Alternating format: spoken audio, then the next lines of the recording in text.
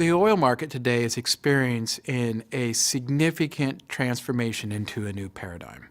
We use the term new oil order to describe this transition that the market is going through. What's really changed has been the discovery, particularly in the US, of new supply sources coming from shale. And that's altered the balance of power and the way in which the oil market now works from a global economic perspective.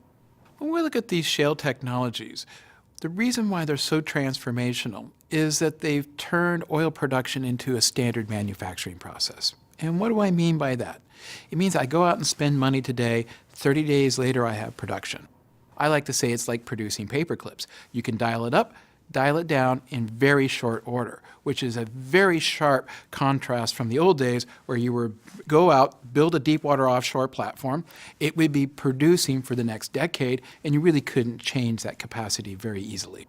Because of the very flat supply curve that's generated out of these shale technologies, OPEC has lost much of its pricing power. Think about this. When the supply curve was very steep, if OPEC took oil out of the market or added oil in the market, it'd have a significant impact on price. Today, because of the very flat supply curve, if OPEC adds oil on the market or takes oil off the market, it doesn't have a significant impact like it did previously. Within the entire industry, we clearly see a set of companies that will benefit and some that will suffer from these changes. And especially if the oil price remains low for a substantial period of time, we will really see the emergence of winners and losers out of this process.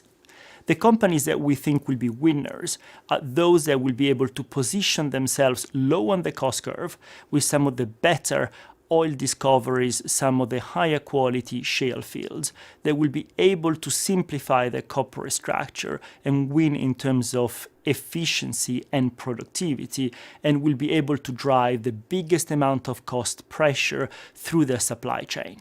So some of the better big oils, some of the stronger E&Ps in the US, these are the companies that we think will emerge as winners.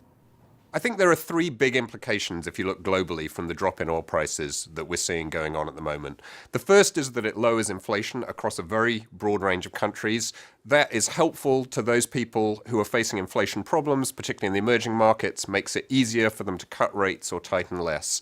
It's more of a risk for countries that have low inflation already and are struggling with that, places like Europe and Japan.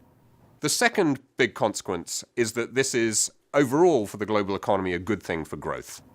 If you think of the oil price reductions we've seen over the last 12 months as something like a tax cut for consumers of oil, and then you look at where in the world that consumption is taking place, a lot of the big developed countries are winners out of that process.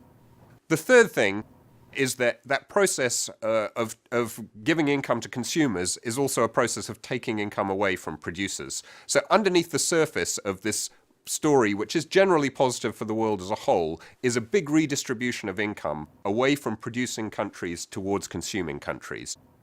The question of how this market rebalances itself over the course of 2015 is going to be one of the most fascinating economic problems this industry has seen in decades.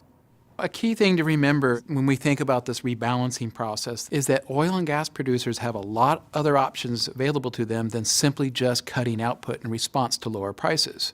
They can lower costs themselves and become more competitive, grow volumes to actually keep revenues constant in the lower price environment.